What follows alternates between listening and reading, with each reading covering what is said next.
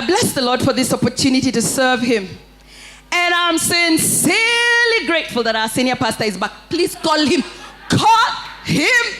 With all due respect, Yani Pasi. Where?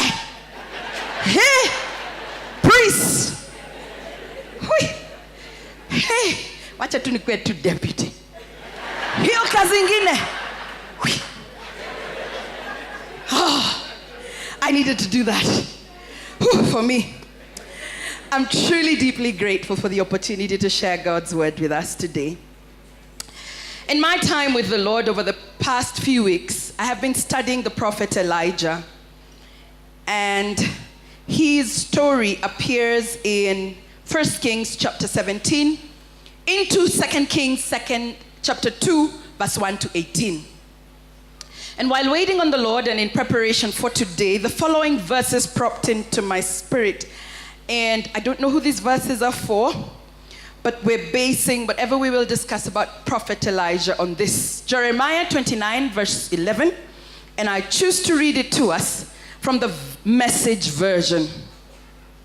I know what I'm doing, says the Lord.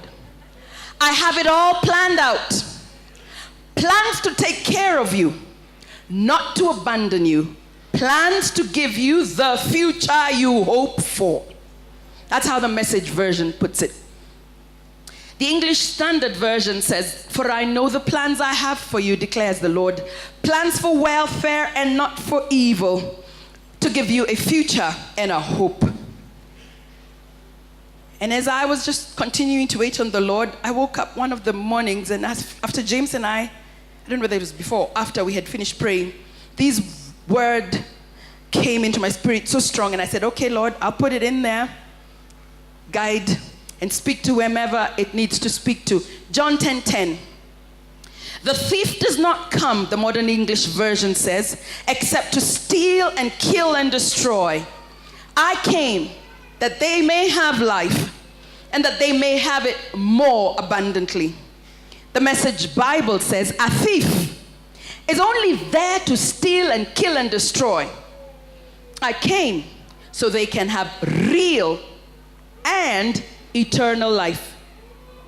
More and better life than they ever dreamed of. On this premise of these verses, I present to us Elijah the Tishbite, daring enough to believe God and to do his will.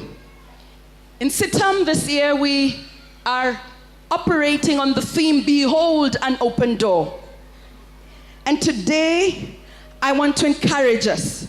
Behold an open door, walking in the Lord's will, daring enough to believe God and to do his will. We have no detailed ancestry of Elijah's life. That is why he is referred to by the geography or the location of where he came from. The Jews really valued ancestry and genealogies very, very much. However, Elijah is referred to from his geographic location, Tishbite, which is near Gilead. May I stop here and say that God knows your location. God knows your address. He knows even your shags. He knows you so well because he put you together in your mother's womb. And he has good plans for your life. You see, when Elijah comes into the scene in 1 Kings chapter 17, he comes with a bang. King Ahab, the then king of Israel, after the nation of Israel had split into two, the northern and the southern kingdom, he was the first, the Elijah, in a long line of prophets that God sent to Israel, the then northern kingdom, which had very wicked kings who led the people to worship other gods. The children of Israel sadly broke the first commandment by serving other gods. Exodus chapter 20 verse 1 and 3 says, I am the Lord your God who brought you out of the land of Egypt, out of the house of slavery. You shall have no other gods before me. It's amazing how God's love for us is immeasurable, even when we forsake him. And in the case of Elijah and the nation of Israel, he sends his servant their way. God's going to send someone. God is sending someone your way. The Lord is speaking to you today. Hope in him and return to him. Elijah, the Tishbite, was an amazing prophet whose character stands out. One, he served Jehovah God. He served Elohim, Yahweh, and he did as the Lord instructed him. He obeyed the Lord's will in every assignment the Lord gave him.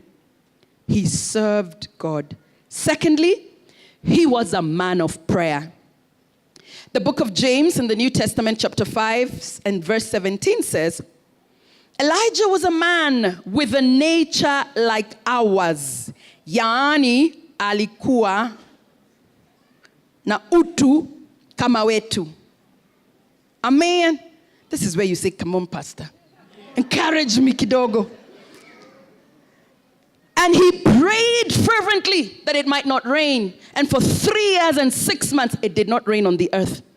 Then he prayed again, and heaven gave rain, and the earth bore its fruits.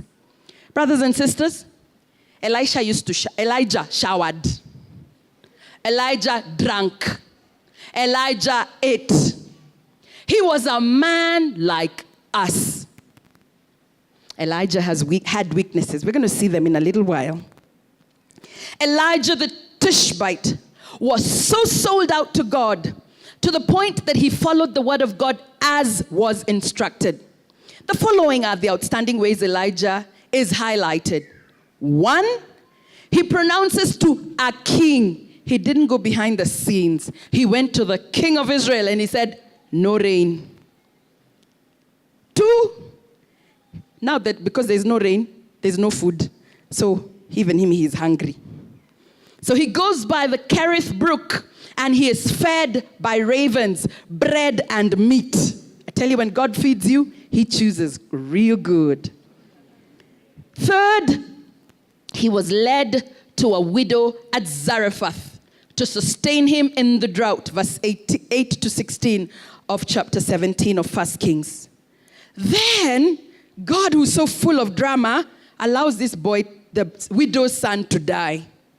And so Elijah prays by laying himself 3 times on the boy, and his life comes back. Verse 21. Fifthly, at the contest of Mount Carmel, with the prophets of Baal, Elijah ordered the fire from heaven to consume the sacrifice. Allow me to read this portion of scripture, as is indicated in 1 Kings chapter 18, verse 36 to 39, dramatically. And at the time of the offering of the oblation, now the backdrop of this is that Elijah has called the prophets of Baal to a contest, and the whole nation is gathered around Mount Carmel. And in the morning, these guys lay their sacrifice. Elijah allows them to choose what sacrifice, the bull they're going to lay. They cut it up and they put it on the altar. And they start calling on Baal. And the morning goes, and around lunchtime, Elijah decides he's going to have fun. Perhaps your God has gone to the toilet. Go louder. How do you tell somebody their God has gone to the toilet and he doesn't ring a bell? Perhaps he's gone on a journey. And he lets them rant and rave to the point that they cut themselves in pieces. And then, toward the evening, Elijah restores that altar. And he tells them to pour water on that altar, lest they think that there was some fire hidden under the altar. And this is what happens. And at the time of the offering of the oblation, Elijah the prophet came near and said, allow me to do this dramatically. Oh Lord God of Abraham, Isaac, and Jacob, Let it be known this day that you are God in Israel, and that I am your servant, and that I have done all these things at your word. Answer me, O Lord. Answer me, that this people may know that you, O Lord, are God, and that you have turned their hearts back. Then the fire of the Lord fell and consumed the burnt offering and the wood and the stones and the dust, and licked up the water that was in the trench. And when all the people saw it, they fell on their faces, and they said, I think the women did this, the Lord, he is God, the Lord, he is God. Shock. How does somebody call fire from heaven? 6, Elijah outran on foot King Ahab on a chariot as the rains returned and ended the seasons of drought. 7, another highlight, he prayed for the Lord to take his life. Yes, it's a highlight, brothers and sisters. We don't like to confess that we do get low. He has come from calling fire from heaven. Then King Ahab tells his wife, hey, he's finished 450 prophets. So Jezebel pronounces, tomorrow at this time, I'm going to kill that guy. He decides where to jifiche, rather nijifiche, because he's alone. So he hides. And in the frustrated moment, he says, take my life, God. I like the Bible. I love those verses. Like, Jake Obama worm. You ever feel like that sometimes? Some of you guys all have glorious moments. Sawa tu, ni mimi. And he got fed by an angel. He hid in a cave. He didn't just feel like dying. He just even took a journey. And I thank God that he chose to feed him. And the Lord had to fetch him out of that cave. Ooh, isn't God good? God's fetching some people here. You've come into this assembly because we are many and you can hide and you had a relationship with Jesus. I have no idea who you are, but the Holy Ghost knows. And God's fetching you. And he wants you serving him again.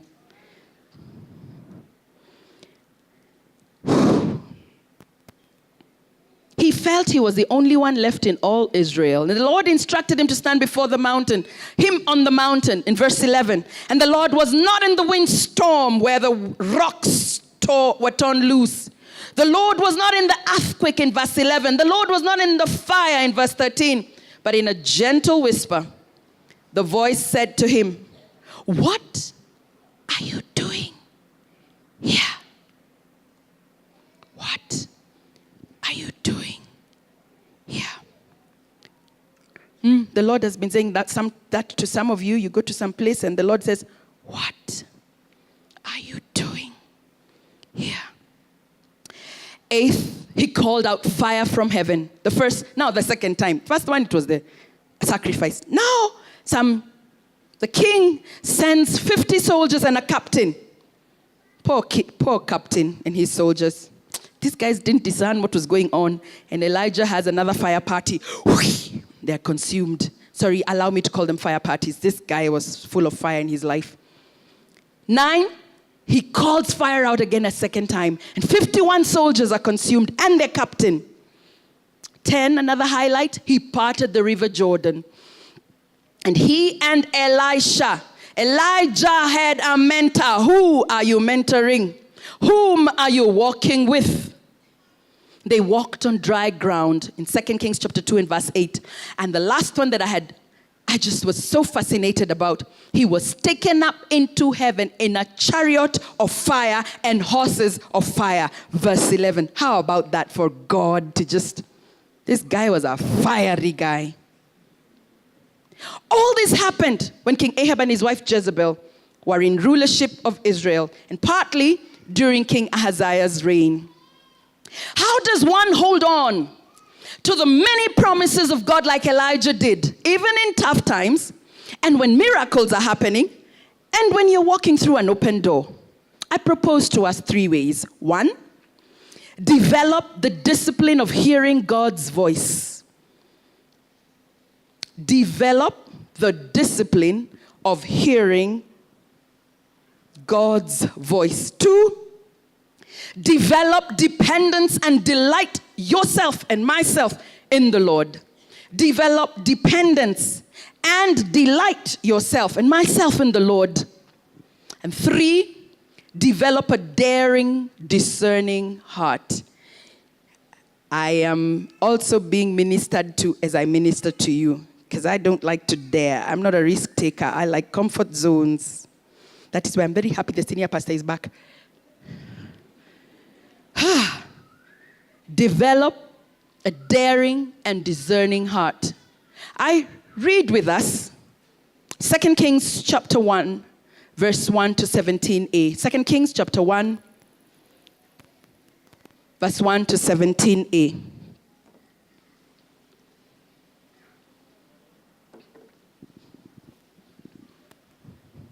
Kindly allow me to read it dramatically. After the death of Ahab, Moab rebelled against Israel. Now Ahaziah fell through the lattice in his upper chamber in Samaria and lay sick.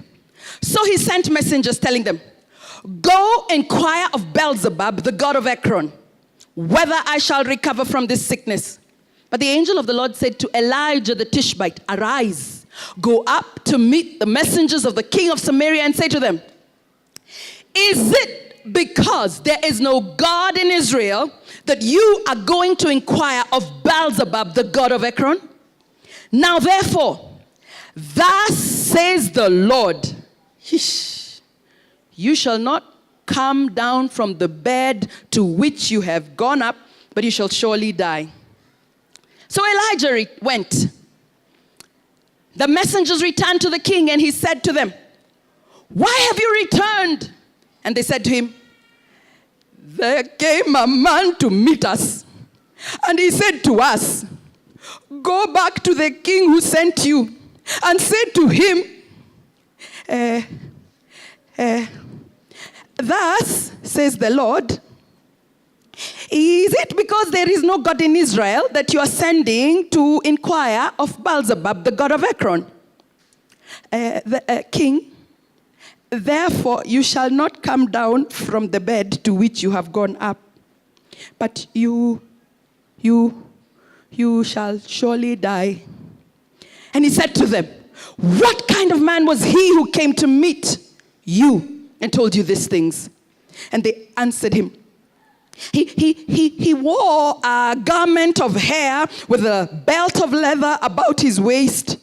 And he said, it is Elijah the Tishbite.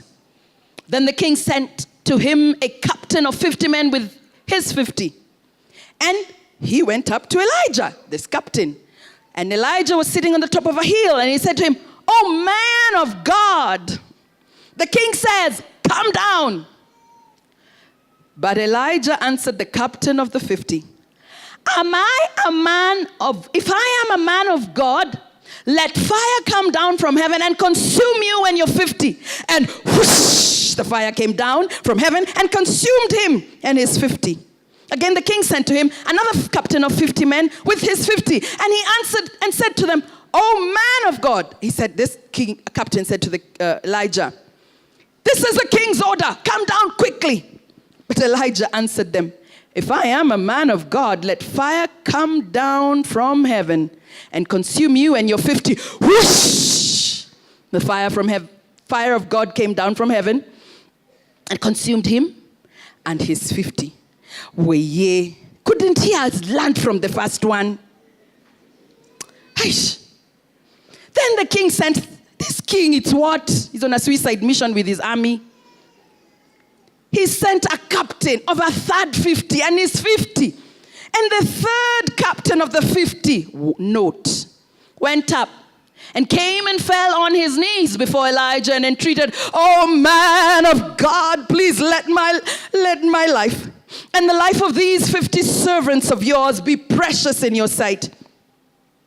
Behold, fire came down from heaven and consumed the two former captains of 50 men with their 50s. And now let my life be precious in your sight. Then the angel of the Lord said to Elijah, phew, thank God. No, he didn't say phew, that's me. Go down with him. Do not be afraid of him. So he arose and went down with him to the king and said to him, "Thus says the Lord, because you have sent messengers to inquire of Beelzebub, the god of Ekron, is it because there is no God in Israel to inquire of his word? Therefore you shall not come down from your bed to which you have gone up, but you shall surely die." So he died, according to the word of the Lord that Elijah had spoken. Brothers and sisters, King Ahaziah chose to send messengers to the temple of Beelzebub, the god of Ekron, after he had fallen from his upper chamber and had become sick. King Ahaziah, being a king in Israel, knew that he needed to seek help, but he sent for the wrong kind of help. And God had to intervene by sending Elijah. Sadly, it seemed he learnt well from his mother Jezebel to worship other gods and not Jehovah, the God of Israel. As a king in Israel, surely he knew. He had at least heard of the first commandment that we shared earlier. Yet he chose to seek help from another source. Beelzebub is the god of flies. How do you seek help from the god of flies? Before you castigate him, let me ask us, how do you know that it is the Lord's will for you to walk through open doors? Whom do you go to seek help from when things go awry? Who do you consult? The horoscope? Is that the first place you go to in the newspaper? Or your gadget? Actually, do you have an app loaded? Do you go to witch doctors? Nowadays, I hear they no longer wear sisal skirts. Or do you seek the help of a beautifully covered, purple, red-robed individual with yellow and red candles, referred to as Nabi? Deuteronomy chapter 18 and verse 10 to 14 says, "There shall not be found among you anyone who burns his sons or his daughter as an offering, anyone who practices divination or tells fortunes or interprets omens, or a sorcerer or a charmer or a medium or a necromancer or one who inquires of the dead. For whoever does these things is an abomination to the Lord." And because of these abominations, the Lord your God, the Lord was driving the inhabitants of the land who used to do that. "As for you, the Lord your God has not allowed you to do this." Verse 14 of Deuteronomy 18 says, so as we seek to do the Lord's will, here are some lessons from Elijah the Tishbite's life. 1, develop the discipline of hearing God's voice regularly and daily and obeying it. Guidance comes to the believer who seeks for help. God must come first. You cannot call yourself a believer and not go to God first. You've got to go and ask the Lord to hear you.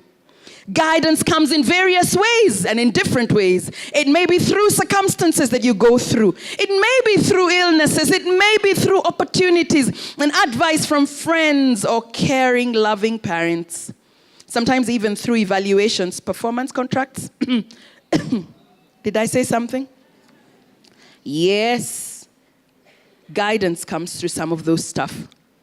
And sometimes and many times through the still small voice in our quiet times with the Lord. Elijah had those moments in the cave and in the widow's home. For 3.5 years, he experienced moments of holiness, God's holiness. My sister, my brother, do not give up on Jehovah God. Once you know whom he is, rest secure. Yes, he may take long. Psalm 23 and verse 2b says, he leads me beside peaceful streams. Elijah the Tishbite knew the leading of Jehovah God. This phrase is repeated much as you read about him. The Lord said to Elijah, 17 verse 2 and 8, chapter 18 verse 1, chapter 19 9b. Wow. Let the Lord lead you. Develop the discipline of hearing God's voice and God's word regularly. 2, develop dependence and delight yourself in the Lord. After you've heard his voice, trust him. Put your faith in him totally. Dependence involves relying on. Psalm 37 draws a great picture on what it means to trust and to truly rely on God. 37 verse 3. Trust in the Lord and do good. Dwell in the land and befriend faithfulness. English Standard Version. Delight yourself in the Lord, and he will give you the desires of your heart. Verse 5, commit. This is dependence. Your way to the Lord. Trust him and he will act. He will bring forth your righteousness as the light and your justice as the noonday. Dependence also involves being still before the Lord and waiting patiently. Elijah was fed by ravens, and the Lord sent to him even an angel. The toughest part when we're depending on God is being still. Sister, you may have clocked 40, but wait on the Lord. You do not have to marry that born again, lovely, handsome man who seems to be meeting all those needs. Pasi, you don't know my biological clock is running out. The God we serve is the God who's in charge of Sarah's biological clock. Our mother Sarah, Abraham's wife. Pasi, you don't know how it feels as a man. Everybody in society is asking, when? I even don't want to go home because my parents are tired of seeing me without someone, and I honor God. Stay right there, honoring God. Developing dependence means delighting yourself as well in the Lord.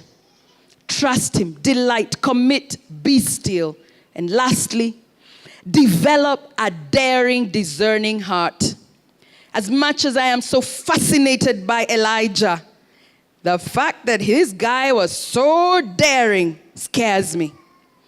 It takes absolute courage and bravery to be as daring as Elijah was. He called down fire from heaven before a nation and 450 prophets of Baal, and fire came down and consumed the entire sacrifice. He called down fire again over a captain and his 50. A third time over another captain and his 50. He had this relationship with God that he called on God in a daring manner, knowing that God would answer. Fire from heaven. Do we have that kind of a relationship with God?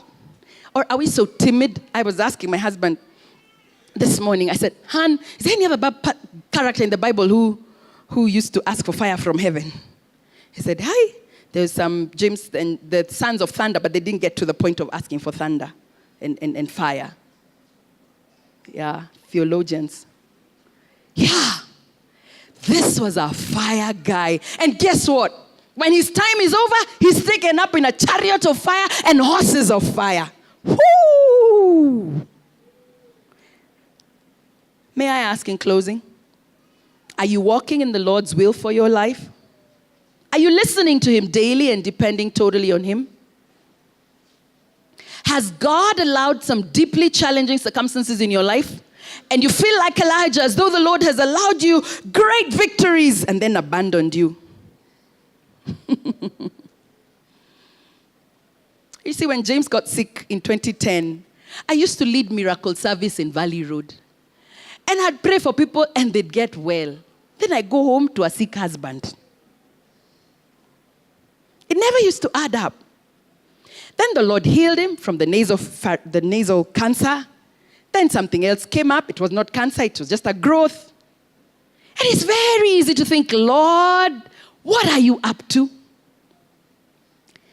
And so sometimes I'm not full of energy like this.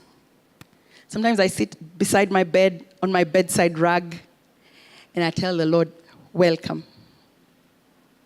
So how am I supposed to keep serving? and he strengthens me. And he keeps me going. I don't know what your circumstance is and what your story is, but God knows it. And God wants to encourage you to arise. Shake that dust off that they've thrown on you like that donkey did. Shake it off and stand on it with your head held high. Oh, you may have fallen and you think you're not redeemable. All you need to do is say, Lord, I've messed again. Forgive me, Father. I am sorry for my sins. Are you afraid to trust God in every area of your life? Are there some areas that you do not want to trust the Lord? Lord, don't touch this. Lord, touch everything else. My mind, my heart, my body. Don't touch my money.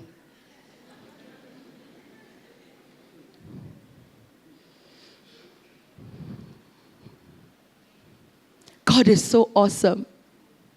And he's faithful. Thank you for all of you who tithe and give your offerings. Recently, I took a time away. And I was with my family's blessing. Just took some time away and went out of this country to just wait on the Lord and just to be refreshed. Because I was feeling very weary. And when in this country, I was just, it rained and rained and rained and rained and rained. And I was like, Lord, you know how to keep me inside a house.